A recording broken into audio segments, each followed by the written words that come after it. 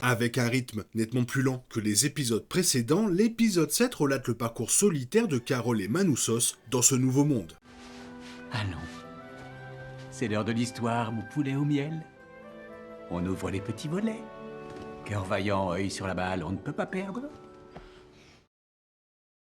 J'ai déjà évoqué la passion de Vince Gilligan, le créateur de Pluribus, pour la science-fiction, et bien qu'il ait manifestement intégré de nombreux codes du genre dans sa nouvelle série qui fait beaucoup parler d'elle, des concepts de fin du monde au récit du monde réel racontés à travers des métaphores à peine voilées, l'épisode de cette semaine m'a particulièrement rappelé l'univers de la 4e dimension. Peut-être est-ce dû à la ressemblance de cet épisode avec certains épisodes de la 4e dimension. Pour Carol, l'exploration d'une solitude qui peut mener à la folie, comme le tout premier épisode de la 4e dimension. Pour Manoussos, sa détermination sans faille à survivre dans un environnement hostile, ressemblant à un autre épisode. Et pour eux deux, l'idée du dernier homme et de la dernière femme survivant, contraints de s'unir pour sauver l'humanité, encore en lien avec un épisode de la 4e dimension. Bien sûr, ces idées ne sont pas propres à la série, mais leur combinaison ici me donne vraiment envie de faire un marathon Twilight Zone. Mais bon, je suis overbooké. L'épisode commence avec Carol dans une sorte de déni. Sa rencontre avec Kumba à Las Vegas la semaine dernière a apporté son lot de bonnes et de mauvaises nouvelles. La bonne nouvelle, c'est que les unis ne peuvent prélever les cellules souches d'aucune personne non infectée pour la guérir et l'intégrer ainsi au groupe, sans son consentement explicite. Ce que Carol, évidemment, refuse d'accorder. Nous y reviendrons plus loin. La mauvaise nouvelle, en revanche, est un véritable coup dur pour notre romancière préférée. La plupart des autres non infectés se réunissent sans Carol et, en gros, ne veulent rien avoir à faire avec elle. De plus, leur idée sur la façon de gérer la situation des unis semble plutôt stupide.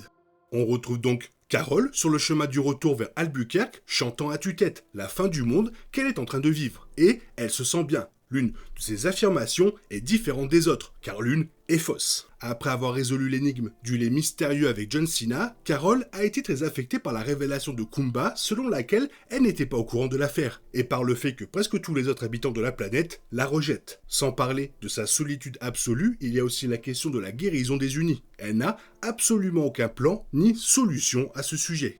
Alors, au programme, feu d'artifice, golf, bière, bain thermo et dîner de gala, pendant qu'un piano mécanique joue une version concerto de I Will Survive. Et du chant, beaucoup de chant, même peut-être un peu trop de chant, mais Carol à ce moment-là est loin d'être tranquille. Je vais bien, ne vous inquiétez pas pour moi, chante-t-elle faussement. Car si posséder un véritable tableau de Georgia O'Keeffe, c'est bien beau, être poussé au désespoir au point de vouloir recevoir un feu d'artifice en plein visage, c'est tout sauf cool. Alors, quand Zosha revient enfin, au plus bas pour Carol, l'étreinte frénétique de Siorn marque un tournant dans la saison. Manoussos va peut-être devoir sauver Carol d'elle-même.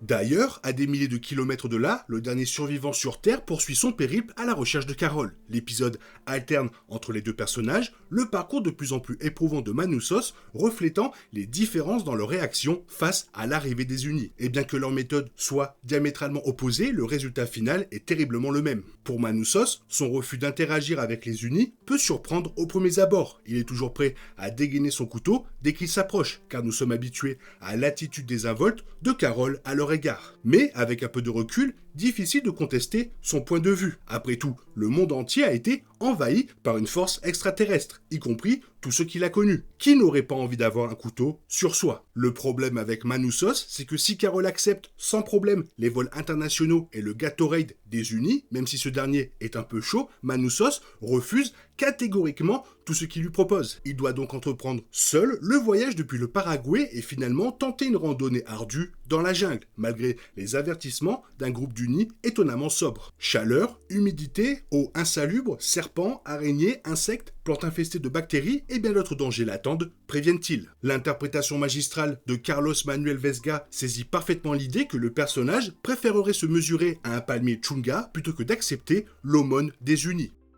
L'introduction de Manoussos et la volonté du scénario et de l'acteur de nous dévoiler progressivement son histoire se fait avec une grande subtilité. Mais les petits détails qui nous sont offerts sont révélateurs, comme lorsqu'il se retourne et pose la main sur le capot de sa voiture, comme pour dire adieu à sa fidèle compagne avant de pénétrer dans la jungle. Son personnage est si différent de Carol qu'il sera passionnant de voir comment ils interagiront lorsqu'ils se rencontreront enfin, ce qui, à ce stade, pourrait n'arriver que dans le dernier épisode, dans 2 semaines.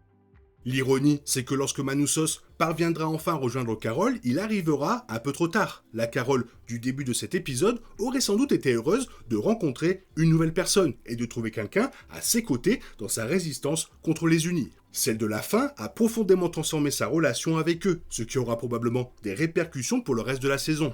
Chaque nouvelle information sur les unis et leur lien avec les non-infectés modifie légèrement la donne, et leur sauvetage de Manussos semble être un développement très important. Mais les changements chez les personnages inchangés, d'un épisode à l'autre, ne font qu'alimenter une tension croissante. Qui sera Carol lorsque Manussos la retrouvera enfin ? Mais en attendant, il a appris quelques phrases d'anglais de base pour le jour où il retrouvera Carol. Je ne suis pas l'un d'eux, je veux sauver le monde, qui reflète ses propres angoisses et sa propre humanité. Il s'inquiète de la barrière de la langue qui le sépare de Carol. Il craint d'être mal compris, de ne pas se faire comprendre clairement lors de leur première rencontre. Il est clair qu'il juge important de collaborer avec quelqu'un d'autre sur le problème des unis, même au risque d'un dangereux voyage intercontinental en solitaire. Mais même si lui et Carol partagent des objectifs, même s'ils sont tous deux seuls et en quête d'alliés, ils restent des personnes radicalement différentes, avec des approches différentes face à leurs problèmes. Le changement d'attitude de Carol envers les unis laisse penser qu'elle pourrait leur accorder une seconde chance. Au lieu de chercher un remède et d'enrayer la pandémie, elle pourrait tenter de coexister avec eux. Ce serait un obstacle majeur dans sa quête pour restaurer l'humanité et l'individualité, telle qu'elle les a connues dans le monde. Parallèlement, cela pourrait aussi lui permettre de se rapprocher des unis. Plus elle se rapprochera, plus elle apprendra à les connaître. Cela pourrait, à son tour, la conduire à de nouvelles révélations sur les moyens d'enrayer la pandémie et de sauver l'humanité définitivement. À son grand désarroi, Manussos manque de mourir après s'être grièvement blessé dans les bois. Heureusement pour lui, les unis semblent veiller sur lui au lieu de l'abandonner. Ainsi, lorsqu'il s'effondre et frôle la mort, il accourt à son secours. Ainsi, comme Carol, Manussos pourrait être amené à croire que les unis ne sont pas aussi dangereux qu'il imaginait. Toutefois, compte tenu de son hostilité passée à leur égard, il pourrait conserver ses préjugés et refuser toute coexistence avec eux. Manussos va jusqu'à se laisser mourir de faim dans le premier arc narratif de la série, et se nourrit même de pâté pour chien afin d'éviter tout contact avec les unis et toute nourriture qu'ils lui offrent. Même après son départ pour retrouver Carol, il évite tout contact avec eux, et lorsqu'il leur parle, il leur adresse un avertissement brutal. Il ne les considérera jamais comme normaux. Carol, en revanche, n'a jamais complètement ignoré les unis. Elle a même accepté leur aide à plusieurs reprises. Il sera intéressant de voir comment la rencontre avec Manussos affectera Carol, surtout après son changement d'attitude envers les unis dans l'épisode 7. Il semble possible que Pluribus prépare également le terrain pour que Manussos devienne son principal antagoniste, étant donné la haine qu'il voue aux unis. En cet épisode, on aurait dû compter les nombres de fois où Vince Gilligan nous a coupé gentiment l'herbe sous le pied, tranquillement. C'est retournement de situation sur retournement de situation. Toi, qu'est-ce que tu en penses ? Fais-moi part de ton avis dans la zone commentaire, sinon comme d'habitude, bisous bisous, bye bye. T'es toujours là, toi? C'est fini. Rentre chez toi. Allez, dehors. Dai, dai, dai.